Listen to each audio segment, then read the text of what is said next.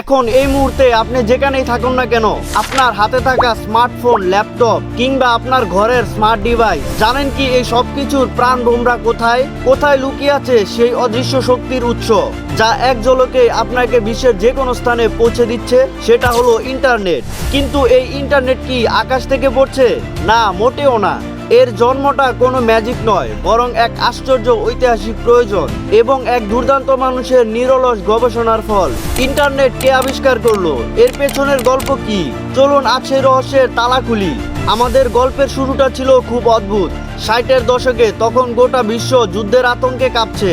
একদিকে আমেরিকা, অন্যদিকে Soviet union. 1957 সালে সোভিয়েত ইউনিয়ন যখন স্পুটনিক নামে প্রথম কৃত্রিম উপগ্রহ মহাকাশে পাঠালো, তখন আমেরিকার প্রতিরক্ষা দপ্তর রীতিমতো নড়ে চড়ে বসলো। তাদের একটাই ভয় ছিল, যদি পারমাণবিক হামলা হয় তাহলে তাদের গুরুত্বপূর্ণ যোগাযোগ ব্যবস্থা মুহূর্তের মধ্যেই ধ্বংস হয়ে যাবে না তো? দরকার এমন একটা নেটওয়ার্ক যা কোনো কেন্দ্রীয় নিয়ন্ত্রণ ছাড়াই আদান প্রদান করতে পারবে, যাতে কোনো একটি অংশ ধ্বংস হলেও বাকি অংশ সচল থাকে। এই ভাবনা থেকে জন্ম হলো নতুন এক প্রজেক্ট, আরপিএনেট। 1969 সালে ক্যালিফোর্নিয়ার কয়েকটি বিশ্ববিদ্যালয়ের মধ্যে প্রথম 4টি কম্পিউটার যুক্ত করে এই পরীক্ষামূলক নেটওয়ার্ক তৈরি করা হয়। এটি ছিল আজকের ইন্টারনেটের শৈশবের প্রথম পদক্ষেপ। আরপানেট তৈরি হলো, কিন্তু একটা বড় সমস্যা রয়ে গেল। বিভিন্ন বিশ্ববিদ্যালয়ের কম্পিউটারগুলো ছিল বিভিন্ন রকমের, তারা একে অপরের সঙ্গে কথা বলতে পারছিল না। ভাবুন তো, যেন এক একটা কম্পিউটার এক একটার ভিন্ন ভাষায় কথা বলছে। এখানে এলেন আমাদের গল্পের দুই নায়ক, ভিন্টন জি সার্ভ এবং রবার্ট ডিকান। 70 দশকের মাঝারি সময়ে তারা এক সেট নতুন নিয়ম তৈরি করলেন, যা ছিল নেটওয়ার্কের জন্য একটি উত্তম ভাষা।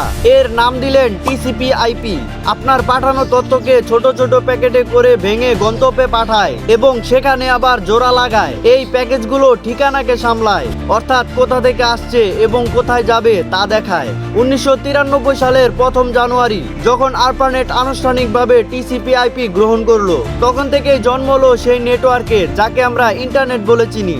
এই কারণেই ভিন্টন জি সার্ভ এবং রবার্ট ডিকানকে ইন্টারনেটের জনক বলা হয়। এরপরও কিন্তু আজকের ইন্টারনেট তৈরি হতে আরো কিছু সময় লাগলো, কারণ আমরা ইন্টারনেটে যে ওয়েবসাইটগুলো দেখি তা তখনও তৈরি হয়নি। তখন শুধু তথ্য আদান প্রদান হতো, কিন্তু সহজে ব্যবহারযোগ্য ইন্টারফেস ছিল না। তখন মঞ্চে এলেন সুইজারল্যান্ড সান। 1969 সালে তিনি এমন একটা গবেষণা নিয়ে এলেন যা ইন্টারনেটের চেহারা পুরোপুরি পাল্টে দিল। এইচটিটিপি, তথ্য আদান প্রদানের নিয়ম; এইচটিএমএল, ওয়েব পেজ তৈরির ভাষা; এবং সবচেয়ে গুরুত্বপূর্ণ ওয়ার্ল্ড ওয়াইড ওয়েব অর্থাৎ WWW। টিম বার্নার্স-লি এই প্রযুক্তিগুলো ব্যবহার করে প্রথম ওয়েব ব্রাউজার এবং ওয়েব সার্ভার তৈরি করলেন, যার ফলে সাধারণ মানুষ ইন্টারনেটে তথ্য দেখতে এবং শেয়ার করতে পারলো। 1990-এর দশকের মাঝারি সময়ে যখন এই ওয়েবগুলো সাধারণ মানুষের জন্য উন্মুক্ত করা হলো, তখন সেই ইন্টারনেট গবেষণাগার থেকে আমাদের পকেটে চলে এলো। আজ ইন্টারনেট শুধু আমাদের তথ্য আদান প্রদানের মাধ্যম নয়, এটা আমাদের অর্থনীতি, শিক্ষা, স্বাস্থ্য সবকিছুর মেরুদণ্ড। তাই পরের বার আপনি যখন কোনো ইন্টারনেটে ভিডিও দেখবেন বা বিশ্বের অন্য প্রান্তে আপনার কোনো বন্ধুর সাথে যোগাযোগ করবেন, তখন এই কৌতূহলী ইতিহাসটি মনে রাখবেন।